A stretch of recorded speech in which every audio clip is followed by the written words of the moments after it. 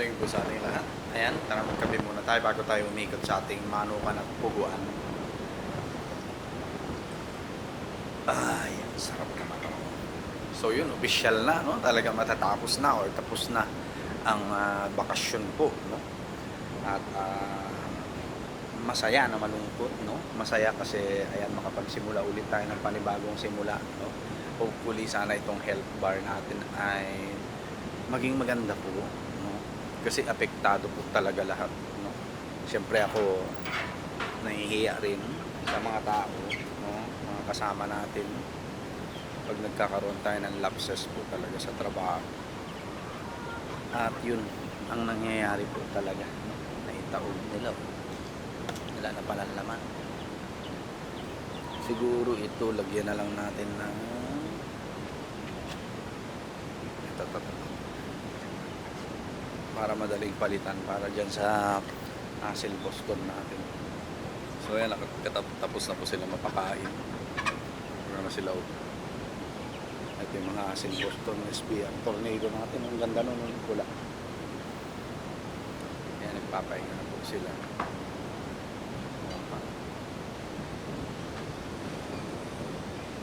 Mamaya na tayo magpapalit ng inuminan nila.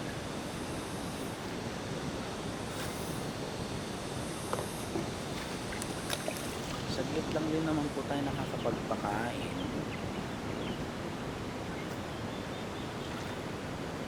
Ayan, no? So sa tag-ulan gamit na gamit tong pakainan nilang yan. At pag tayo ay kumita palalo, bibili pa tayo niyan ng yan. Alright. Ito punuin na natin. Kasi baka mamaya mawala ng kuryente.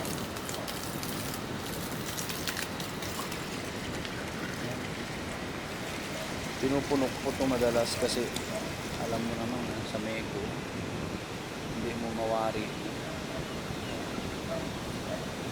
yung mga lalaki din tayo nakawala dyan.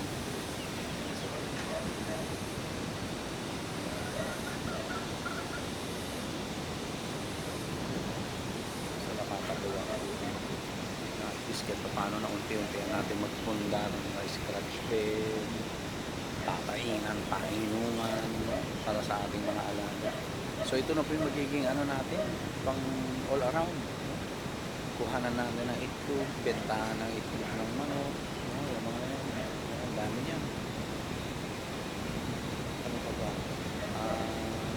Panabon, pang karne, ayan. Every year magpaparami po tayo niya. No? Every year. Tapos magbebenta tayo ng karne pagpatak ng March 18. Kasama yung unang kain ng mga doon. Galing ng mga susunod. Yung po ang game plan talaga.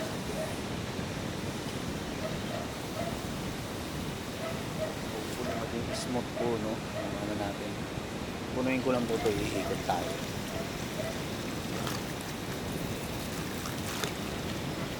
Tayo ikot kasi hawak po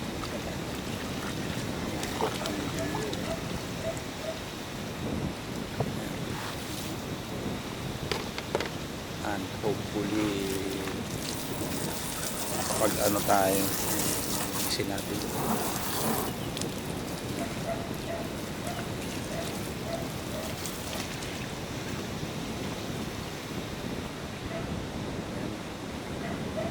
so hindi ko na i-give up po itong mga give up na ako kasi ano tawag dito kapang kapakain pero naalala ko si Idol Jero Dome kung saan doon tayo po kumukuha ng grind mais, corn grits at saka ano ba ba yun? Darak sa mais, ayan, no? So mura lang 1.3, 50 kilos na po yun. So yun na yung mga papakain ko natin sa kanila, no? Yan. Ito may sakit ko sigurado. Sobrang laki nito. Ayan, nakapag-adjust na rin kayo mga maliliit. Ayan, ito yun naman yung para sila makapag-nagawa. Ayan, yun ang maganda. So ito po yung mga inahin natin. Inahin, pangandang oriental sweaters po ito mga to. Ayun, pwede po yun. Napakawalan ko. Pwede yun, pwede yun. Ayan sila. Ang dami yan. Ayan po. So yun. Grind mais tsaka corn grits bibili tayo. Yun ang pinakapatuka natin dito sa mga manok natin dito, no? Yun na po yung pinakapatuka natin. Grind mais at saka corn grits. Kaya no? Para at least makatipid-tipid tayo. Tapos i-instructan ko na lang po si mama kung paano yung halo, no? Kung paano yung halo. Right? At magtatag-ulan na, hindi na uubra ang pellets po talaga, no? Hindi na uubra ang pellets. Tapos iniisip ko kung papaano to in case na tayo hahapunin talaga na uwi. Kasi medyo nagkakagulo doon sa 6 hours teaching, actual teaching, no? Kanya-kanya sila ng interpretation ang mga SDO. Tapos pagdating sa school level, iba-iba rin ang interpretation. May nagsasabi 6 hours lang dapat si teacher, pero yung biometrics nakaset hanggang 4:30. Parang may ganun no? So yun, no? At tayo mag-a-adjust, So gagawin natin, i-instructan natin si mama ng malupit. Ayan yung mga tubo natin. Instructan natin siya para in case pag tayo po ay hahapunin na sa trabaho. Ayan.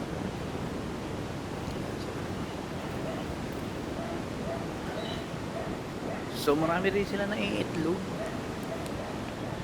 Opo, may naidagdag na 3 kanina. Counted as kahapon na din yun, no? Yan, napakain na natin sila.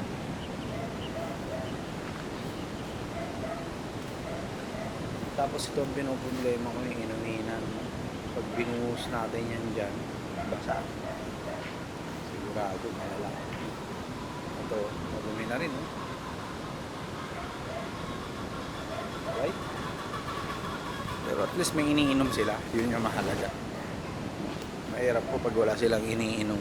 Right? Itong mga to, hindi na natin to pinaligiran ng ng sapin, no? Or nila, balot. Ayan, okay naman na. Nilamig lang konti, pero wala naman namatayuan. Mahalaga dito yung mga lalaki po natin talaga. Sobra. Ito po yung isa sa pinakamahalaga, yung mga lalaki. Kaya dapat po mapangalagaan natin itong mga lalaki na to. Dahil kung hindi, yari tayo, no? So 25 pieces po to actually itong papisa natin. May namatay po tayong isa na lalaki, no? Lalaki pa yung namatay. Pero ayos lang, no? Ayos lang. At least healthy po sila. Wala tayong problema. So yun, by June, halfway ng June tayo magpaparami ng pugo. And hintayin lang natin yung mga barako natin, no? Hintayin lang natin yung barako natin. At yun, kinalampag ko ulit si Boss Jero Dome, no? Ng Subic, Pamatawan, Subic. At sa kanya na tayo kukuha po ng grind mais at saka corn grits. Ayan, no? Naalala ko, no? 1,350 pesos ang 50 kilos po niya, no? Kasi kapag normal na pakain, yung mga starter mash, yung mga ganyan, no? Tas pag sa Agrivet tayo bibili, mas mahal talaga, no? Ng 300 to 400 pesos. Naalala ko po siya, no? Doon tayo kumukuha noon ng pakain natin sa mga Rhode Island Red natin. Kaya yun, no? Kukuha tayo ulit sa kanya. Sa kanya na tayo kukuha. Alright? So, ayan, no? May nadagdag 3. 40 pieces po. Yan, 60 pesos ang per tab natin. Maliit po ito. Nakuha natin. Yan. So, okay lang yan. 40 pieces, edi 60 pesos. Ita times 1.5 mo lang naman. Yung every piece. Alright? no? Kasi 150 pesos isa itlog ng pugo natin, no? So all in all, wala akong magiging problema sa kanila, maliban lang kung tayo po ay gagabihin talaga, yun, no? At saka ito struggle to, itong pinaggagawa ni Boss Jomar na ganito. Dapat kasi ito may kakawit, no? Ayan, medyo struggle siyang palitan kasi nakadikit siya rito eh. Ito okay lang, napapalitan natin yan, no? Nga lang yung andi dito struggle po talaga. Ayan, no? Medyo struggle, right? So magsisindi tayo ng katul para protection na rin ang ating mga alaga. O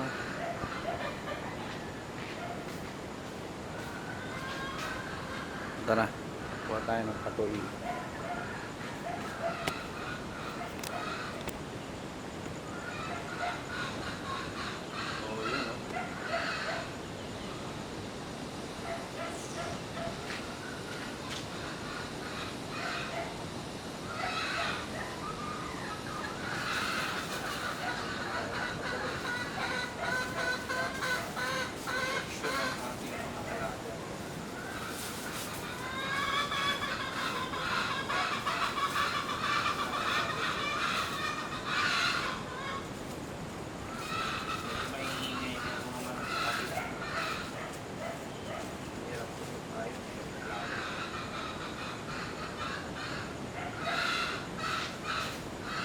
Yan, sindi tayo nito.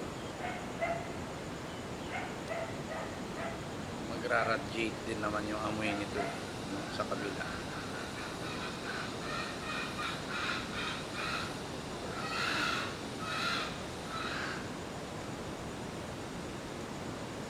Hirap lang nito, lalo pag isa ko na lang dito.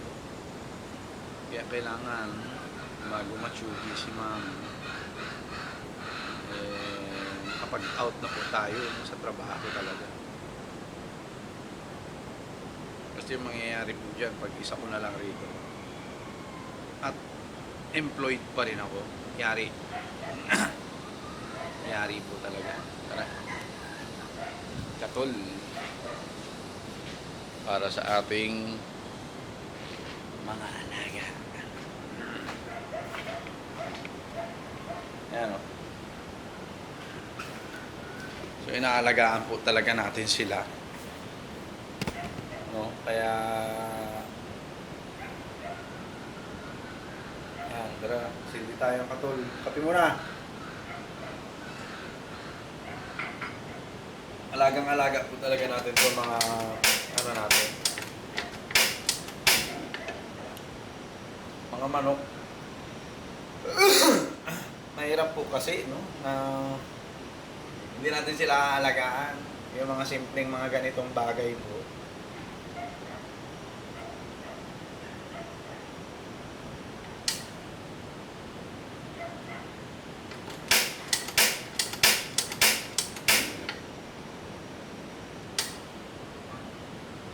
Ayan. Okay. Tara.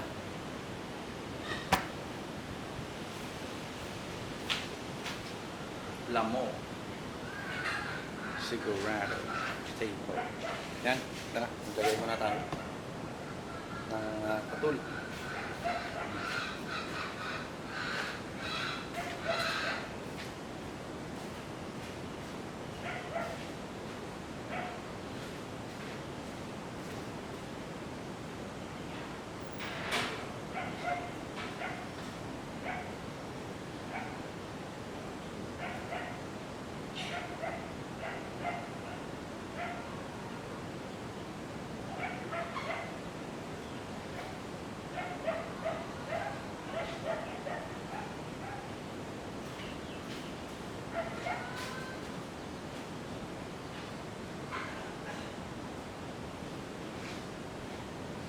Dito natin nilalagay po sa pinagbasyuhan po ng buko.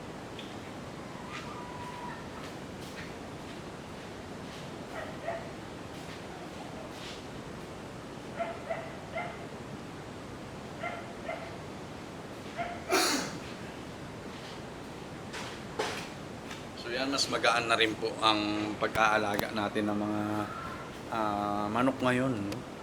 Hindi na sila katulad yung nakakulong isa-isa. Kasi ang tendency po niyan, pag nakakulong sila isa-isa, pakakainin mo rin isa-isa, paiinumin mo rin isa-isa, iis-isin mo rin yung painuman nila isa-isa. Yun po yun. Yun yung magpapatagal sa atin. Pwede po natin gawin yun kapag tayo full-time na dito.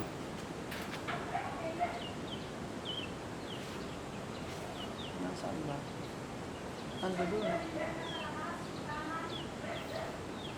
Yung papel. Hanapin mo na lang. Ayan po, no? At medyo nahihirapan po tayo dito sa... Andi dito yata, oh! Nahihirapan tayo noon, lalo kapag nakakulong sila isa-isa. Ngayon hindi na po, no? Dahil pinakawalan na po natin sila. Ang alaga natin mga manok, oh. Isang pakainan na lang, isang painuman na lang, no? Ang nilagay na lang natin dito yung mga selections natin. May nakita pa ako doon na isang maganda na oriental sweaters po natin. Ayan, ito na lang po problemahin natin. Yung mga nandirito. Tsaka doon, no? So, yun. Focus po tayo sa quail breeding and propagation this year. Okay? Nasabi ko naman na yung kagabi. Kaya, chillax muna mga game fowls po natin, no? Kasi ang ending na po niyang oriental sweaters natin is ila-line breeding talaga yan sa authentic na 5K sweater, no? Sa Red Game Farm or kahit anong farm na may tested talaga ng mga 5K sweater na nagpapanalo, no? Yun, pang line breed na po yan, no? Pang line breed na, no? Back to mama, tapos line breed. Alright? Siyempre, iti-test po dapat yan, no? Pero hindi tayo nagmamadali dyan, no? Ang focus natin talaga, quail talaga, quail breeding. Kasi ito yung magbibigay sa atin ng pera araw-araw talaga. No? Araw-araw, kahit hindi ganun kalaki, araw-araw naman, no? Kaya mauungusan niya rin, no? Yung kikitain natin sa panabong, lalo tayo hindi naman tayo kilala, wala naman tayong magandang materyales, sabi nila, di ba? Na mahirap naman na sumugal sa game fowls tapos wala naman bibili. Ayan, di ba? Mahirap po, mahirap. Lulukuhin ko lang sarili ko nun, no? Kaya ayan, focus tayo sa quail breeding and propagation at gagawin nating stable yung market po niyan, no? Kahit anong mangyari. Ngayon nga nagkakanda ubusan na po tayo ng itlog ng pugo. Lalo next week po dahil may kukuha na sa atin, no? Na regular. Kaya talagang sigurado walang matitira sa production natin. Kaya nga kailangan ko po magparami ng pugo po natin. Kailangan po talaga magparami, no? At kailangan ding ma-note natin ito para malaman natin kung kailan sila napisa at kailan ikakal. Yan, no? Ano yan, kailangan po yan, no? Ito, burahin na natin. Nasa utak ko naman na to yung breeding plan natin. Okay? So, yun lang po. Good morning po sa ating lahat. God bless po. At malapit ang pasukan. Naway nakapagpahinga na ang lahat. At handa na po para sa pasukan. Alright? So, yun lang po. God bless po sa ating lahat. Peace.